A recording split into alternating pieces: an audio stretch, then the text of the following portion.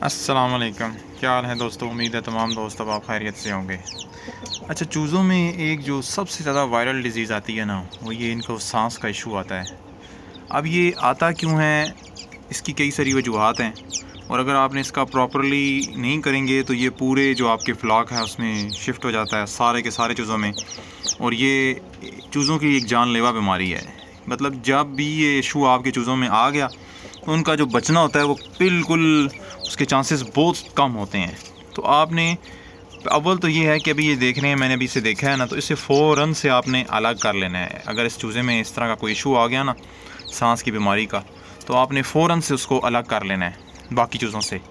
अभी ये देख रहे हैं अब ये इसमें ये प्रॉब्लम ज़्यादा है, लेकिन ये जो बाकी भी मुझे लग रहे हैं गोल्डन सेब्राइट के ये जो चूज़े हैं, इनमें मुझे इसमें भी ये भी थोड़ा ढीला ढीला लग रहा है। आपको चूज़े को देख के ही समझ लग जाती है कि किस चूज़े में प्रॉब्लम है या किस ब्रीडर में प्रॉब्लम है। तो आपने फ़ौरन से उसको अलग कर लेना होता है। आप इस चूज़े में मुझे काफ़ी सारा प्रॉब्लम लग रहा है, वो देख रहे हैं, वो पीछे जाकर भी वो मुंह खोल के सांस ले रहा है। तो अब इसको आपने फ़ौरन से इस चूज़े को अलग कर लेना है बाकी सेहतमंद चूज़ों के से। अब इसका इलाज की तरफ आते हैं कि आपने इसका इलाज क्या करना है। अब ये चूज़ा, इसके 2-3 इलाज हैं। एक तो है, अगर तो अभी स्टार्ट है, मतलब अभी इसकी बीमारी शुरू हुई है, इतना आगे नहीं बढ़ी, तो उसका तो एक आसान सा हल है कि आप एरिनेक्स सिरप ले लें। एरिनेक्स सिरप से आपका मसला हल हो जाएगा। आप एरिनेक्स सिरप के चंद कतरे से पिला दें तो उससे इनका नज़ला ज़ुकाम जो भी होता है ना, वो ठीक हो जाता है। लेकिन अगर ये एरिनेक्स से हल नहीं हो रहा तो फिर दूसरा हल ये होता है कि टाइलोफॉर्सिन एक पाउडर मिलता है, वो मैं आपको दिखा देता हूँ। एरिनेक तो आप मेडिकल स्टोर पे जाकर कहेंगे कि मुझे एरिनेक्स सिरप चाहिए, तो वो आपको एरिनेक्स सिरप दे देंगे। अगर आपको एरिनेक्स सिरप से मसला हल नहीं होता तो फिर ये एक मिलता है टाइलोसिन, ये पाउडर है। ये नज़ला ज़ुकाम, इनकी खर और मुंह खोल के सांस लेना, उस सारी बीमारियों का, चूज़ों की बीमारियों का ये आसान हल है। तो ये आपने यूज़ करना है। ये आपने 3 से 5 दिन तक, आपने कभी भी जो एंटीबायोटिक है ना, वो 5 दिन से ज़्यादा अपने चूज़ों को नहीं देनी है या ब्रीडर्स को नहीं देनी है। वो उससे बजाय कि ठीक होने के, वो मज़ीद आपके चूज़ों को ख़राब कर देगी। कोई भी दवाई है, कोई भी मेडिसन है, वो आपने 3 दिन, मैक्सिमम 5 दिन, इससे ऊपर आपने वो मेडिसन कभी भी अपने चूज़ों को नहीं देनी। तो मैं तो बस 3 दिन तक चलाता हूँ, फिर उसको अपने हाल पे छोड़ दें। अगर वो फिर भी ठीक नहीं हुआ, फिर आप कुछ रेस्ट दें उसको, लगातार उसको मेडिसन नहीं देनी है आपने। अगर जो ये टाइलोफॉर्सिन, ये जो टाइलोसिन है, ये आपने इस्तेमाल करना है। अगर फ़र्ज़ करें इससे भी आपका काम नहीं चलता तो इसका आखिरी और लास्ट सलूशन है ये जेंटाकोमिज़ोन। अब मसला ये है कि ये चूज़ा छोटा है। जो छोटा चूज़ा है उसे आप इंजेक्शन लगा नहीं सकते हैं, और जो बड़ा चूज़ा है उसे आप लगा सकते हैं। लेकिन ये इतना है कि ये, मैं इसको अभी ये देख रहे हैं, ये इंसुलिन वाली सिरिंज है, तो इसका मैं जस्ट 0.1 से भी कम, इसके अंदर ये लाइनें देख रही हैं, जस्ट 3 इसकी जो टिक्के हैं ना, टिक्स, वो उतना मैं इसे जेंटाकोमिज़ोन इसके लगाऊंगा।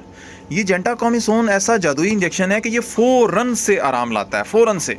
मेरे कई ब्रीडर्स बिल्कुल मरने के पास होते हैं, ये जेंटाकोमिज़ोन इंजेक्शन लगाते जाएँ उसके चेस्ट के अंदर, तो फ़ौरन से। अभी भी मुझे प्राइवेट में कई लोग मैसेज कर रहे हैं, वाजिद भाई हमारे मसला आ रहा है, मुर्गियाँ मुंह खोल के सांस ले रही हैं। मैं काफ़ी दफ़ा बता चुका हूँ। फिर मुझसे पूछते हैं कि हम लगा नहीं सकते इंजेक्शन, पिला दें।